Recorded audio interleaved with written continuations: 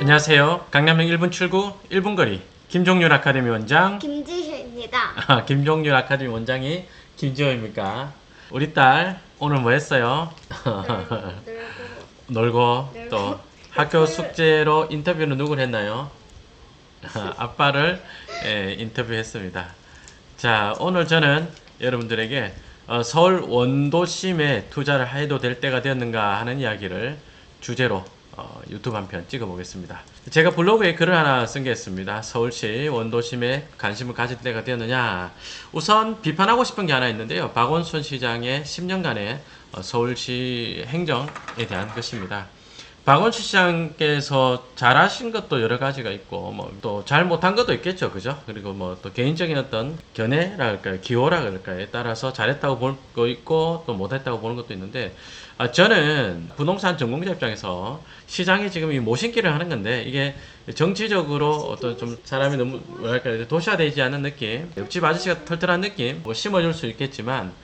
글쎄요, 대학 나와가지고 서울에 살면서 농업에 종사하길 바라는 사람이 얼마나 있겠어요, 그죠? 그러나 저는 이런 것들을 주로 비판받는데 그거 말고요, 좀 다른 이야기를 하고자 합니다. 우선 그 박원순 시장께서는 서울시가 과도하게 어떤 그 아스팔트로 포장되고 하는 것들 또는 고층 빌딩으로만 개발되는 것들, 그런 것들에 대해서 좀 반대하는 그런 정서를 가지고 있었던 것이 아닌가 하는 것이 제 생각입니다. 근데 저는 그 점에 대해서 굉장히 비판하는데, 거기 도시재생이 잘못됐다. 예, 잘못된 건 맞는데 그 중에서도 보면은 저는 여기 블로그 쓰기를 사유재산에 대한 이해가 좀 떨어지는 게 아니냐. 예를 들어서 뭐 그런 이야기 좀 한번씩 듣거든요. 서울의 너무 삭막하게 다 개발만 하면 되느냐. 개발제한구역들은 그래서 여전히 개발제한구역을 좀 남겨두면 좋겠다. 그런 이야기를 가끔 듣거든요.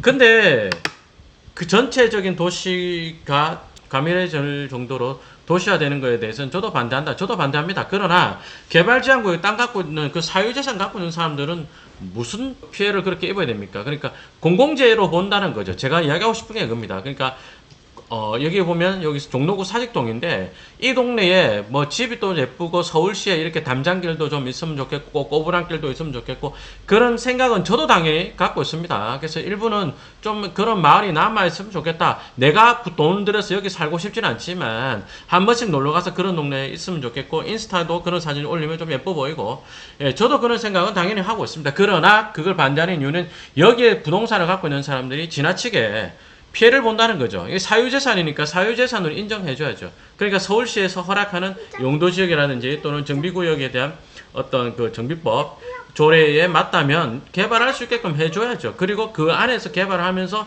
일부 녹지를 만든다든지 단독주택을 만든다든지 뭐 한다면 그런 식으로 가는 게 맞지. 이 사람들을 개발 안 하고 서울시 전체의 조화를 위해서 남겨두는 게 좋겠다. 아우, 그거는 맞지가 않죠. 그거는 사유재산을 보지 않는, 뭐랄까, 지나치게 사회주의적으로 그래야 되나요? 아니면 그 전체주의적으로 본다 할까요? 좀 그런 게 느껴집니다.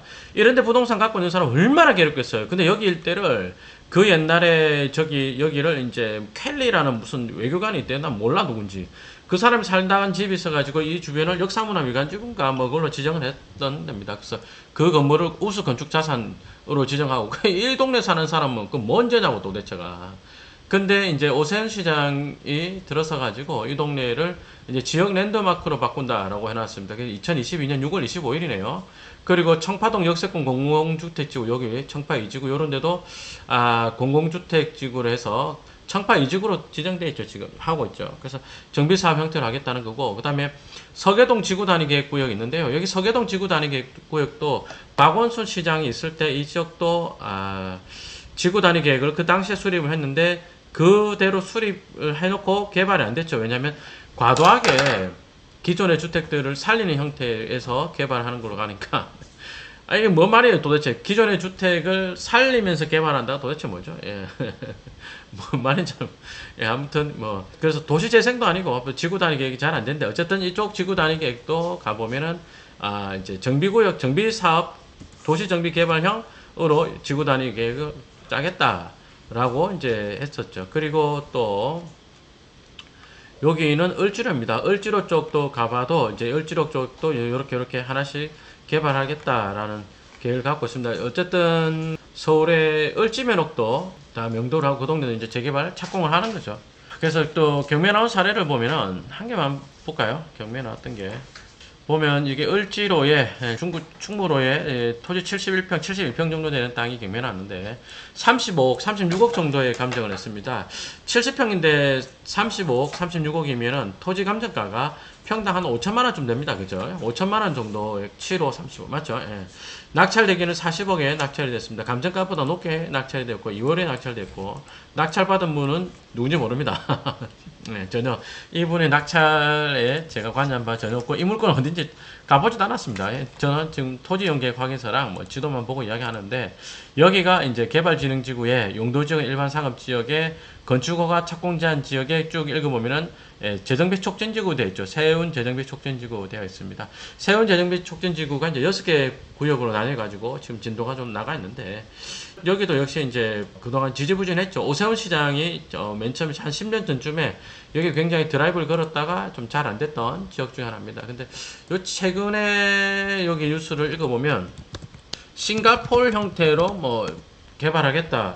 여기 읽어보니까 뭐 한국경제신문 읽어보니까 세운지구 용도 제한 없이 초고층 개발하겠다는 내용도 있네요.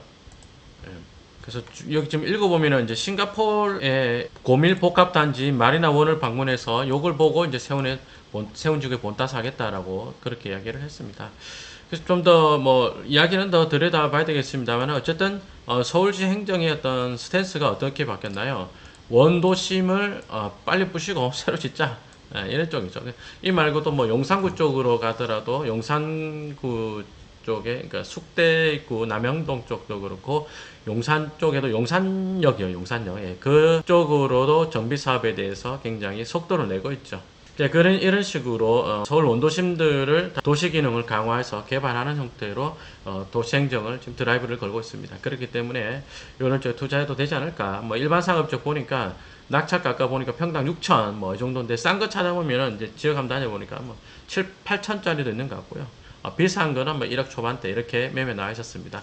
종전보다는 금액이 당연히 올라 있는데 그 지역이 갖고 있는 포텐셜을 본다면 일반 상업 지역이 그 정도 다 괜찮지 않겠느냐. 물론 이제 주택 가격이 앞으로 어찌 되느냐 뭐부터 해서 경기가 어찌 되느냐 이런 여러 가지 중요한 포인트들 짚어야 될 것들이 또 있습니다. 그러나 확실한 것은 어떤 서울시의 도시행정의 스탠스가 완전히 크게 바뀌었다 하는 거. 그렇기 때문에 또 원도심에 다시 이제 관심을 가질 때가 되었다라고 말씀드리겠습니다.